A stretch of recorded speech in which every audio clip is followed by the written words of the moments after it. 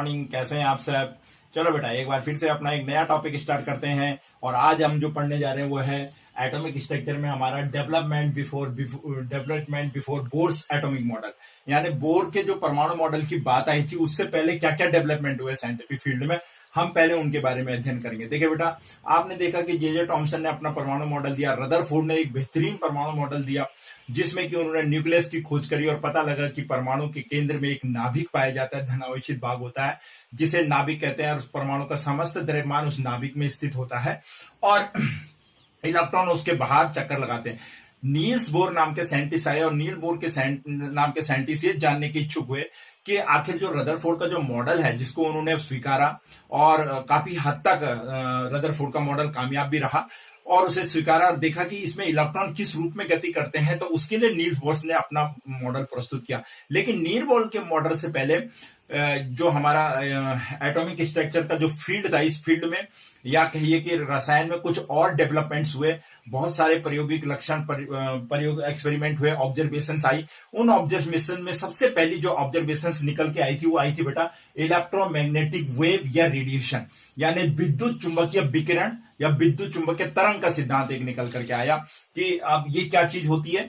क्योंकि जब atomic structure पर रिसर्च होने लगा तो कुछ और चीजें डेवलप हुई, जैसे कि पहला ये है, मैं जो आपको एक्सप्लेन कराने जा रहा हूं, विद्युत इलेक्ट्रोमैग्नेटिक वेव अब्लिक रेडिएशन, जिसे हम विद्युत चुंबकीय तरंग या रेडिएशन यानी विकिरण कहते हैं। अब देखिए बेटा, ये क्या चीज है।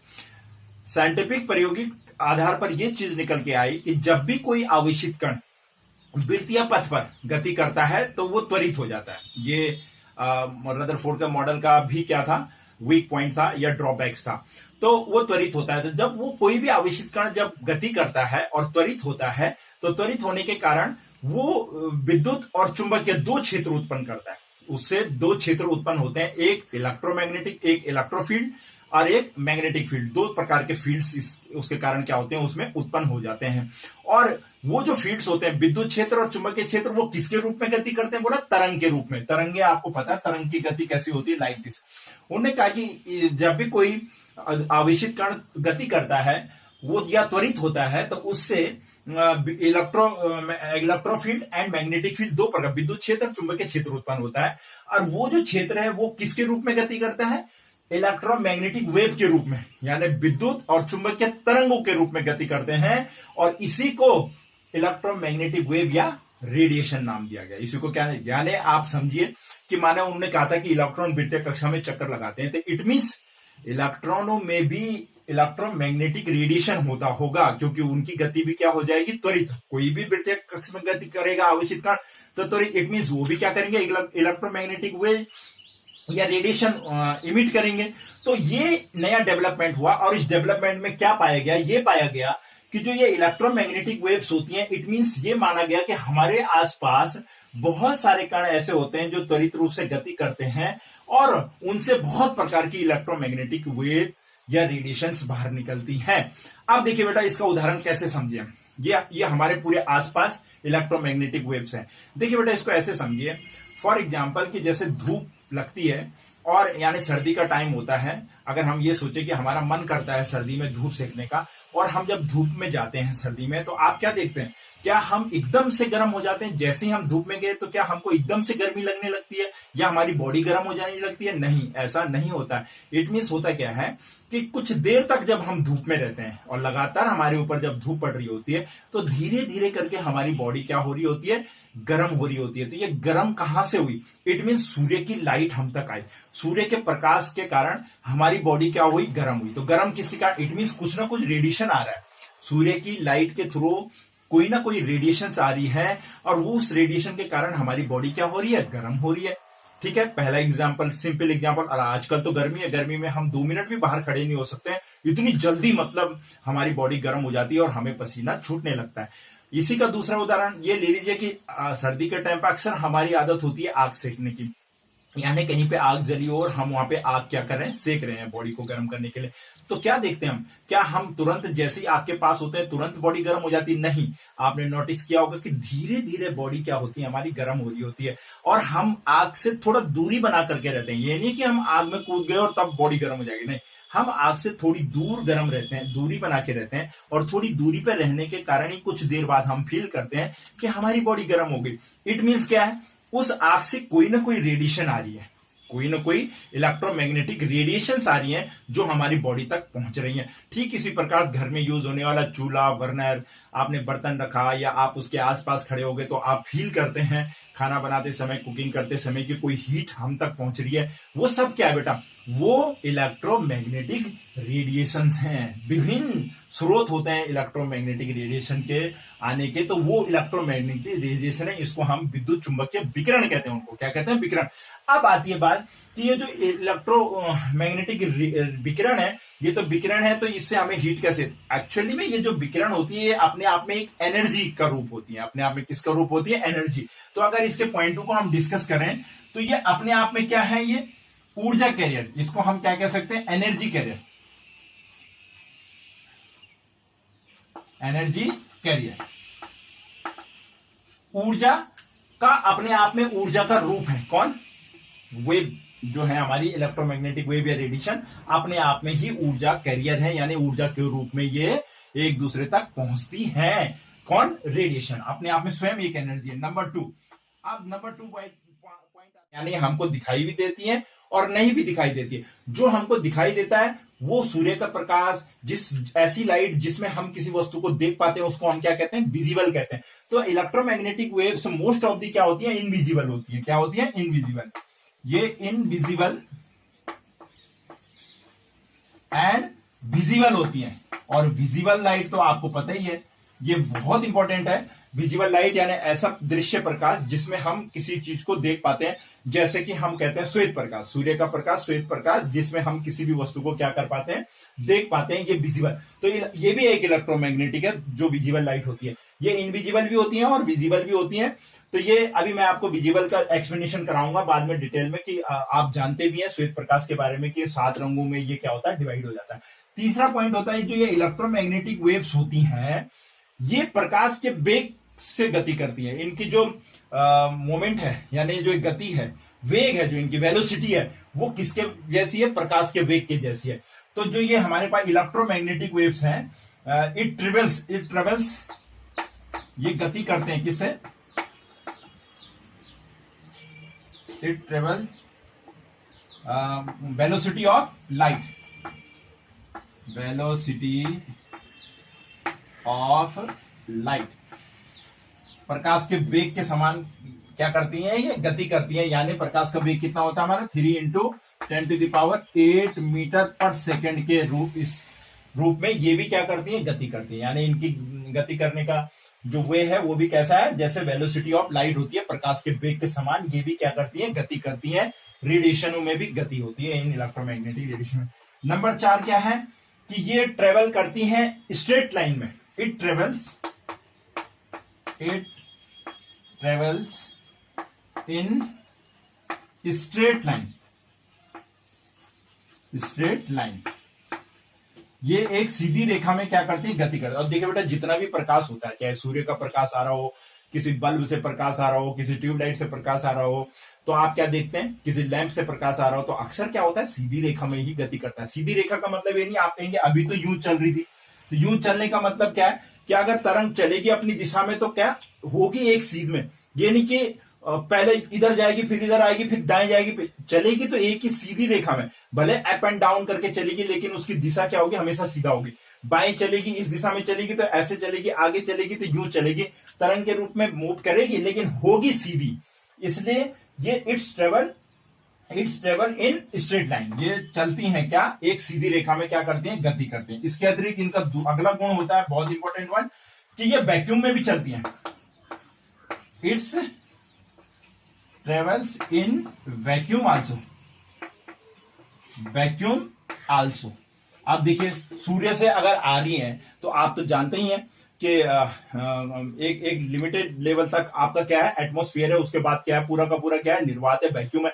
इट मीन जब सूर्य से ये किरणें, ये रेडिएशंस आ रहे हैं तो ये वैक्यूम से होते हुए आ रहे हैं। किससे आ रहे हैं? वैक्यूम। तो इट मीन्स क्या है? इट ट्रेवल इन वैक्यूम, यानी ये टी है बेटा, इट ट्रेवल इन वैक्यूम्स, यानी ये निर्वात में भी गति करती है। मैं इलेक्ट्रोमैग्नेटिक वेव्स के बारे में आपको बता रहा हूं कि निर्वात में भी गति है। अच्छा, दूसरा पॉइंट, एक और पॉइंट आता है इंपॉर्टेंट वन, कि यदि यदि ये हमारे शरीर में पड़ती है, यानी हमने बोला कि ये इलेक्ट्रोमैग्नेटिक रेडिएशन है, और अक्सर हम रेडिएशन सुनते हैं कि रेडिएशन हानिकारक होते हैं, रेडिएशन खराब होते हैं, है ना, बॉडी के लिए खराब होते हैं। अगर माना हमने कि हम धूप में खड़े थे और हमारे ऊपर ये रेडिएशन गिर रही है, और ये इतने इनके गुण हैं ये रेडिएशन, तो ये हमारे लिए हार्मफुल होंगी। देखिए बेटा, ये इलेक्ट्रोमैग्नेटिक जो रेडिएशन होती है ये बहुत प्रकार की होती हैं, कुछ हार्मफुल होती हैं, कुछ हार्मफुल नहीं होती हैं। लेकिन रेडिएशन की एक दूसरी बात भी होती है कि जैसे सूर्य का प्रकाश हमारे तक पहुंचा और हम खड़े हैं, तो क्यों नहीं हमारी बॉडी पे उसका इफेक्ट पड़ रहा है। इट मीन्स क्या होता है, इन रेडिएशनों में एक चीज होती है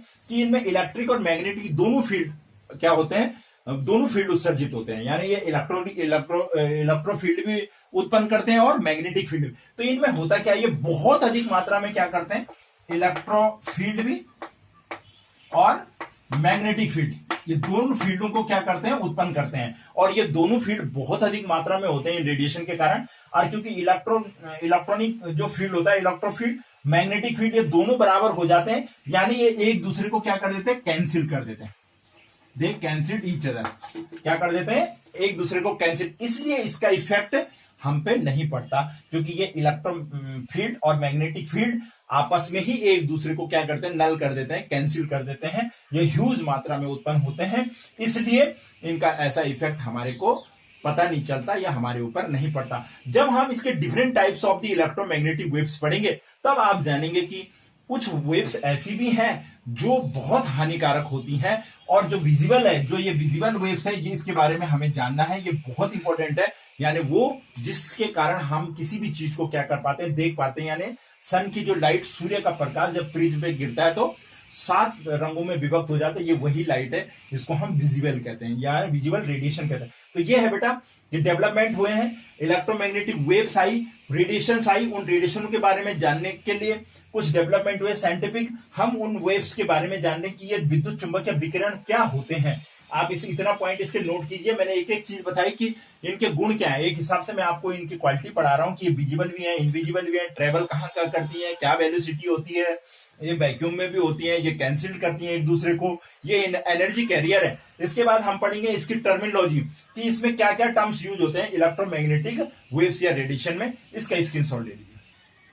नाउ गाइस, अब कुछ टर्मिनोलॉजी आती है हमारी, कुछ टर्म्स आते हैं इलेक्ट्रोमैग्नेटिक वेव्स में, कुछ टर्म्स इस्तेमाल की जाती हैं, यानी शब्दावली इस्तेमाल की जाती है इन वेव्स के लिए। वो क्या है, देखिए पहला आता है बेटा हमारे पास ये रेडिएशन इलेक्ट्रोमैग्नेटिक वेव्स के लिए तरंग दैर्ध्य। वेव लेंथ का मतलब क्या होता है, तरंग दैर्ध्य। आपने पहले भी ये पढ़ी हुई चीजें हैं, और इसको लैम्डा से डिनोट करते हैं। किसे करते हैं, लैम्डा। देखिए बेटा, वेव लेंथ क्या होती है, वेव लेंथ का मतलब हमने जाना कि जो ये तरंग है, किसी सोर्स से जब ये रेडिएशन निकलती है, माने ये सोर्स है, इस सोर्स से जब ये रेडिएशन निकली, ये कोई सोर्स है, ये लाइन बिंदु है, ये सोर्स से क्या निकलती है, ये रेडिएशन, इस तरीके से ये इलेक्ट्रोमैग्नेटिक वेव निकलती है। लेकिन वेव निकलने का, ये जब निकलती हैं तो ये अपने अपने आसपास क्या उत्पन्न कर देती, वेव तो निकलेंगी यूं लेकिन सीधी रेखा में, लेकिन इनके आसपास क्या उत्पन्न होता है, इलेक्ट्रो और मैग्नेटिक दोनों फील्ड ये उत्पन्न करती है। तो माना कोई वेव निकली तो इस प्रकार से गई, ये वेव इस तरीके से हम डिनोट करते हैं कि इस तरीके से कोई वेव निकली, और ये इसने क्या उत्पन्न किया, यहाँ माना मैग्नेटिक फील्ड उत्पन्न करते हुए चली गई, मैग्नेटिक फील्ड।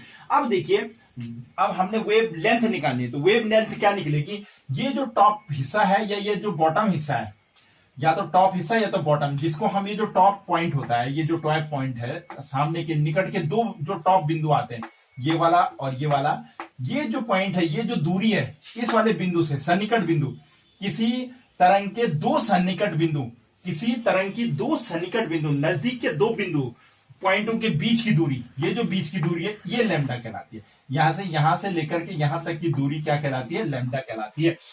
और तरंग के दो पॉइंट होते हैं, ऊपर वाले हिस्से को हम सिरंग कहते हैं, यानी शिखर कहते हैं, और नीचे वाले हिस्से को हम गर्त कहते हैं। यानी ये जो पॉइंट होता है हमारा, इसको हम सिरंग कहते हैं, सिरंग पॉइंट होता है, सिरंग बोलते हैं इसको हम, क्रेस्ट जिसे हम इंग्लिश में कहते हैं। क्रेस्ट,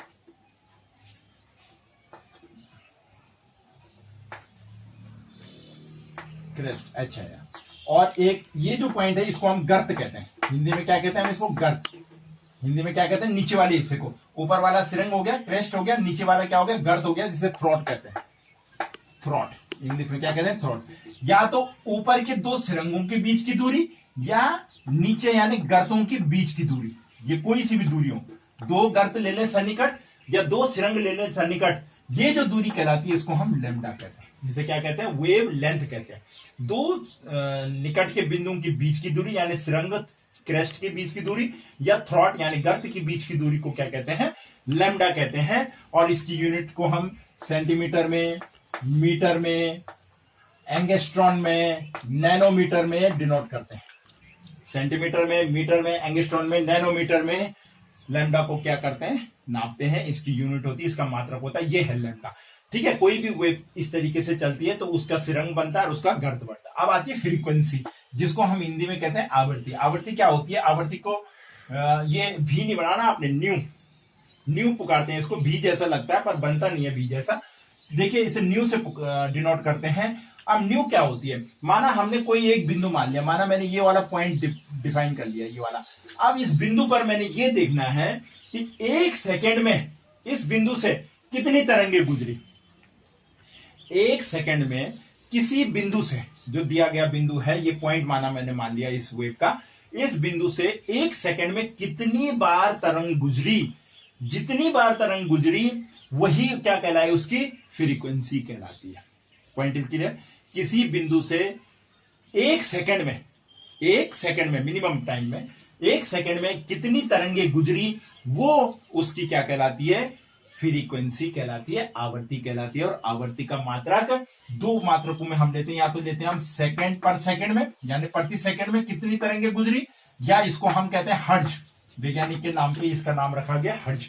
आवर्ती का मात्रक पर सेकंड या हर्ज होता है। आवर्ती मैंने डिफाइन करा दिया आपको, किसी दिए गए बिंदु से एक सेकंड में कितनी बार तरंग गुजरी, कितनी बार तरंग गुजरी, उसको हम आवर्ती कहते हैं। वेलोसिटी यानी वेग, वेग का मतलब होता है कि एक बिंदु से दूसरे बिंदु तक की दूरी तय करने में कितना टाइम लगा।